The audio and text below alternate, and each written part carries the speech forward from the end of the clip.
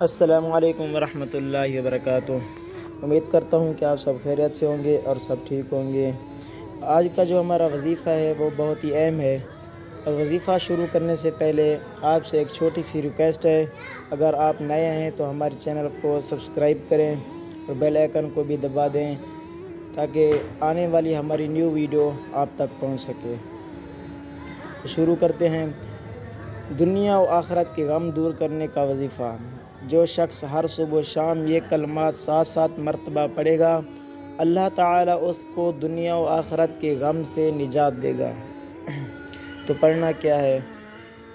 حسبی اللہ لا الہ الا هو علیہ توکلت وہو رب العرش العظیم۔